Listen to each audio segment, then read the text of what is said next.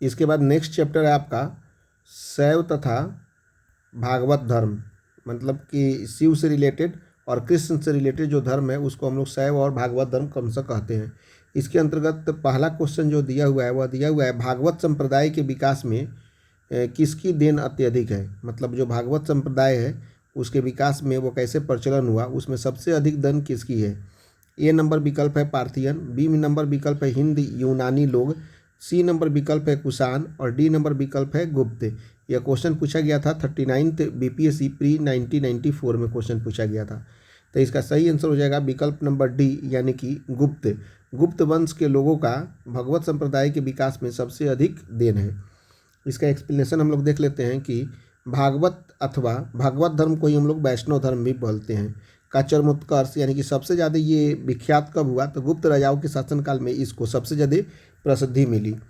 गुप्त नरेश जो थे वो वैष्णव मतानुयायी थे, यानी कि गुप्त काल में जितने भी नरेश हुए वे मैक्सिमम नरेश जो होते थे वे वैष्णव मत को मानने वाले थे तथा संभवतः उन्होंने इसे अपना राजधर्म भी घोषित कर दिया था। अधिकांश शासक परम भागवत की उपाधि धारण करने लगे थे। विष्णु का वाहन गरुड़ गुप्तों का राज चिन्ह था, यानी कि एक तरह से देखा जाए तो गुप्त वंश के जितने भी शासक हुए हैं वे सभी मैक्सिमम जो है भागवत संप्रदाय यानी कि वैष्णव धर्म को मानने वाले हो गए। विष्णु को मानने वाले थे, वो अपने आप को परम भागवत की उपाधि धारण करते थे और विष्णु का वाहन जो गरुड़ था वो उनका राज चिन्ह था। इस तरह से गुप्त वंश के शासनकाल में सबसे अधिक चरमोत्कर्ष पे भागवत संप्रदाय पहुंच गया था। दूसरा नंबर क्वेश्चन है आपका नाथ पंथियों, सिद्धों और योगियों ने भक्ति धर्म को किस क्षेत्र में लोकप्रिय बनाया। विकल्प नंबर ए उत्तर भारत, विकल्प नंबर बी दक्षिण भारत, विकल्प नंबर सी पूर्व भारत और विकल्प नंबर डी पश्चिम भारत। तो इसका सही आंसर हो जाएगा विकल्प नंबर ए उत्तर भारत में नाथ पंथियों, सिद्धों और योगियों ने इसको सबसे अधिक लोकप्रिय बनाया उत्तर भारत में। यह क्वेश्चन पूछा गया था 69th बीपीएससी प्री 2023 में, यानी कि नाथ पंथियों, सिद्धों और योगियों ने भक्ति धर्म को उत्तर भारत के क्षेत्र में बहुत ही अधिक लोकप्रिय बना दिया था।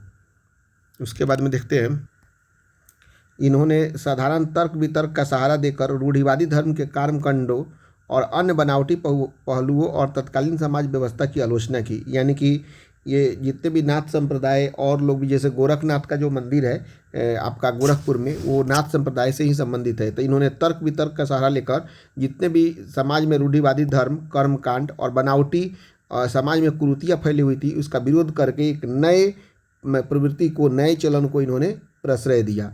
इन्होंने संसार का परित्याग करने का समर्थन किया, मतलब संसार शादी नहीं करना और एक पूरी तरह से एक संप्रदाय के प्रति समर्पित होकर काम करना, ये इनका मुख्य उद्देश्य था। इनके विचार से निराकार परम सत्य का चिंतन मनन और उसके साथ एक हो जाने की अनुभूति ही मोक्ष का मार्ग है। मतलब उसके बारे में सोचना, उसके बारे में अध्ययन करना और उसी के प्रति समर्पित होकर निराकार रूप से काम करना इनका मुख्य उद्देश्य था। इसके लिए इन्होंने योगासन, प्राणायाम और चिंतन मनन जैसी क्रियाओं के माध्यम से मन और शरीर को कठोर प्रशिक्षण देने की आवश्यकता पर बल दिया। इस तरह से एक नए संप्रदाय धर्म का उदय होना शुरुआत हुआ।